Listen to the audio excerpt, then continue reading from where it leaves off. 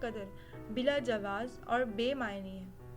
زندگی میں 90% باتیں درست اور 10% غلط ہوتی ہیں۔ اگر آپ خوش رہنا چاہتے ہیں تو آپ کو صرف یہ کرنا ہوگا کہ آپ اپنے پیش نظر صرف ان 90% باتوں کو رکھیں جو درست ہیں اور باقی 10% باتوں کو فراموش کر دیں۔ لیکن اگر آپ پریشانی اور اعصابی بیماریوں میں مبتلا ہونا چاہتے ہیں تو صرف یہ کریں کہ ان 10% باتوں کو جو غلط ہیں سامنے رکھ کر باقی 90% درست باتوں کو بھول جائیں۔ میں انگلستان گیا تو میں نے کئی گرجوں میں یہ الفاظ تحریر کیے ہوئے دیکھے۔ سوچئے اور شکر ادا کیجیے۔ آپ کو چاہیے کہ یہی الفاظ آپ اپنے دل پر کندہ کر لیں۔ آپ ان نعمتوں کے بارے میں سوچئے جو میسر ہیں اور پروردگار عالم کا شکر ادا کیجیے۔ گلیورز ٹریولز نامی کتاب کا مصنف جوناتھن سوئفٹ اس درجہ قنوطی تھا اور اپنے وجود سے اتنا بیزار تھا کہ اپنی سالگرہ پر سیاہ ماتمی لباس پہن کر پورا دن فاقے سے گزار دیا کرتا تھا۔ لیکن اس ادیب نے بھی زندگی میں مسرت اور سکون کی تعمیری قوتوں کی تعریف کی ہے۔ وہ کہتا ہے کہ غذا، سکون اور خوشی دنیا کے بہترین معالج ہیں۔ آپ اگر چاہیں تو ان معالجین کی خدمات حاصل کر سکتے ہیں اور اپنے لیے مسرتوں اور خوشیوں کے دروازے کھول سکتے ہیں۔ آپ بے شمار نعمتوں کے مالک ہیں۔ آنکھیں، ٹانگیں، ہاتھ، کان، اولاد اور خاندان، یہ سب آپ کے بیش بہا اثاثے ہیں۔ کیا آپ اس اثاثے کی قدر کرتے ہیں؟ حقیقت یہ ہے کہ ہم اس اثاثے کی قدر و قیمت سے آگاہ ہی نہیں۔ ہمارے پاس جو کچھ ہوتا ہے ہم اس کے بارے میں کم ہی سوچتے ہیں اور ہماری سوچیں اکثر ان چیزوں کے لیے وقف ہوتی ہیں جو ہمارے پاس ہیں ہی نہیں۔ یہ ایک زبردست المیہ ہے اور اس نے مجھے جس قدر نقصان پہنچایا ہے اتنا نقصان تو ہمیں جنگوں اور وباؤں سے بھی نہیں پہنچا۔ یہی المیہ مسٹر پالمر کے ساتھ بھی ہوا۔ وہ ایک زندہ دل انسان تھا، لیکن اس المیہ نے اسے بوڑھا اور افسردہ بنا کے رکھ دیا اور اس کے گھر کو تباہی کے کنارے لا کھڑا کیا۔ اس نے مجھے بتایا کہ میں نیو جرسی میں رہا کرتا تھا۔ فوج سے ریٹائر ہونے کے بعد اپنا کاروبار شروع کیا۔ میں نے کاروبار کو چمکانے کے لیے نہایت محنت اور لگن سے کام شروع کیا۔ شروع میں حالات سازگار رہے، لیکن بعد میں مشکلات پیش آنے لگیں۔ خام مال اور فاضل پرزے دستیاب نہیں ہوتے تھے، جس سے کاروبار بند ہونے کا خطرہ پیدا ہو گیا۔ اس بات نے مجھے بے حد بیزار کر دیا۔ میری بات چیت میں تلخی اور افسردگی آئی۔ میری ازدواجی زندگی بھی متاثر ہونے لگی۔ ایک روز میرے پاس کام کرنے والا ایک معذور شخص آیا اور کہنے لگا کہ پام، تمہیں شرم آنی چاہیے۔ یوں لگتا ہے جیسے تمام دنیا کی مصیبتیں تم پر ہی نازل ہو گئی ہیں۔ بالفرض محال اگر عارضی طور پر دکان بند کرنا پڑ ہی جاتی ہے تو کون سی قیامت ٹوٹ پڑے گی؟ جب حالات سازگار ہوں تو دکان پھر کھولی جا سکتی ہے۔ خدا کے فضل و کرم سے تمہارے پاس سرمایہ ضرور موجود ہے کہ تم ایک عرصے تک فکر معاش سے بے نیاز رہ سکتے ہو، لیکن تم تو ہر وقت منہ پھلائے رہتے ہو۔ کاش میں تمہاری جگہ ہوتا۔ ذرا ادھر دیکھو، میرا ایک بازو نہیں ہے اور چہرہ جھلس چکا ہے، لیکن پھر بھی میں اس کی پرواہ نہیں کرتا، اور اگر تم نے اب بھی منہ بسوڑنا بند نہ کیا تو نہ صرف تمہارا کاروبار بلکہ تمہاری صحت بھی خراب ہو جائے گی۔ دوست دور ہو جائیں گے اور تمہاری گھریلو زندگی بھی متاثر ہوگی۔ یہ وہ الفاظ تھے جنہوں نے میری آنکھیں کھول دیں۔ مجھے اپنی خوش قسمتی کا احساس ہو گیا۔ میں نے تہیہ کر لیا کہ میں ایک بار پھر وہی پرانا پام بن جاؤں گا۔ میری ایک دوست لوزائل بلیک نے بھی اس حقیقت کو پا لیا، لیکن اس حقیقت کو پانے کے لیے اسے ایک صبر آزما تجربے سے گزرنا پڑا۔ میں کئی سال پہلے لوزائل سے ملا تھا۔ اس وقت ہم دونوں یونیورسٹی میں شعبہ صحافت میں تعلیم حاصل کر رہے تھے۔ 9 سال قبل اسے ایک زبردست المیہ کا سامنا کرنا پڑا۔ اس نے بتایا کہ میں بے حد مصروف زندگی گزار رہی تھی۔ یونیورسٹی میں اناٹومی پڑھتی تھی، فن خطابت کی تعلیم دیتی تھی، موسیقی سکھاتی تھی، دعوتوں اور پارٹیوں میں شرکت کرتی تھی، کبھی کبھار گھڑ سواری بھی کر لیا کرتی تھی۔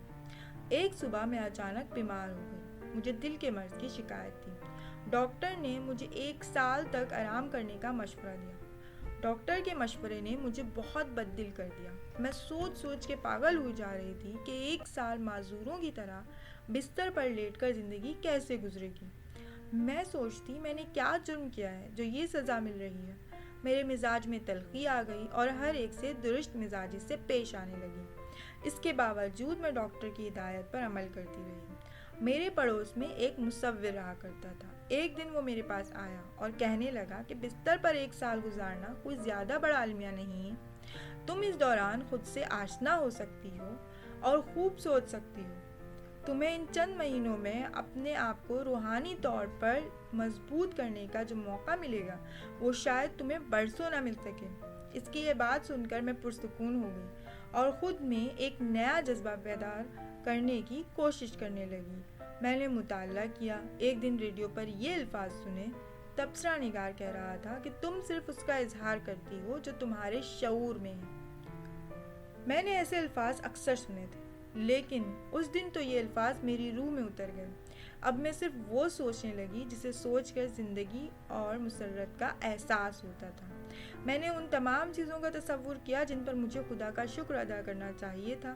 یہ وقت میں نے ایسی ہی باتیں سوچ کے گزاری اور اب میں بالکل صحت مند ہوں۔ میری بصارت اور سماعت ٹھیک ہے، میری ایک پیاری سی بچی ہے، اچھے دوست ہیں، مطالعہ خوب کرتی ہوں۔ میری سوچ سے میری زندگی میں ایک انقلاب آ گیا۔ میرے پاس ہر وقت مہمانوں کا اس قدر ہجوم رہنے لگا کہ ڈاکٹر کو ہدایت جاری کرنی پڑی کہ میں محض ایک مخصوص وقت میں اپنے ملاقاتیوں سے مل سکتی ہوں۔ اور اب جب کہ 9 سال گزر چکے ہیں، میں نہایت مطمئن اور خوشگوار زندگی بسر کر رہی ہوں۔ وہ 1 سال بستر پر گزارنا مجھے اب ایک طرح سے نعمت کی طرح لگتا ہے۔ خدا نے مجھے جو نعمتیں عطا کی ہیں، روزانہ صبح اٹھ کر ان کا شکر ادا کرتی ہوں اور اب یہ میری عادت میں شامل ہو گیا ہے۔ اب میں سوچتی ہوں تو ندامت محسوس ہوتی ہے کہ اگر موت کا خوف مجھ پر غالب نہ آ جاتا تو مجھے زندہ رہنے کا شعور بھی حاصل نہ ہوتا۔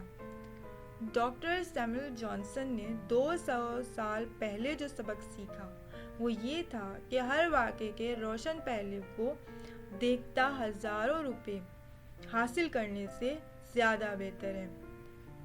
ہر واقعے کے روشن پہلو کو دیکھنا ہزاروں روپے حاصل کرنے سے زیادہ بہتر ہے۔ یہ کسی پیشہ ور رجائی ادیب کے خیالات نہیں، بلکہ ایک ایسے شخص کے خیالات ہیں جس نے 20 سال تک نہایت افلاس میں وقت گزارا۔ بعد میں یہی ڈاکٹر جانسن بہترین ادیب اور خوش گفتار شخص کی حیثیت سے ستارہ بن کر ابھری۔ دیکھیے، پیئر اسمتھ کوزے میں دانش مندی کا سمندر بند کر دیا۔ وہ کہتے ہیں زندگی صرف 2 مقصد رکھتی ہے، ایک یہ کہ جس شے کی طلب ہو اس کا حصول، دوم یہ کہ حاصل شدہ شے سے استفادہ اور لطف اندوز ہونا۔ صرف دانش مند ترین لوگ ہی یہ دوسرا مقصد حاصل کر سکتے ہیں۔ برتن دھونے جیسے معمولی کام کو بھی ایک خوشگوار تجربے میں تبدیل کیا جا سکتا ہے۔ آپ بھی خوشگوار تجربہ کر سکتے ہیں، بشرطے کہ آپ بارک بریٹل کی کتاب میں دیکھنا چاہتی ہوں کا مطالعہ کریں۔ اس کتاب کی مصنفہ 50 سال تک بصارت سے تقریباً محروم زندگی بسر کرتی رہی۔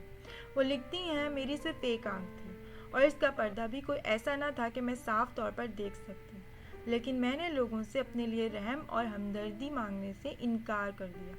وہ کہتی ہیں کہ بچپن میں اپنے ساتھی دوستوں کے ساتھ کھیلنا چاہتی تھی، لیکن مجھے راستہ درست طور پر نظر نہ آتا تھا، اس لیے جب بچے کھیل کود کر گھروں کو چلے جاتے تو میں جھک جھک کر راستے کو ذہن نشین کیا کرتی۔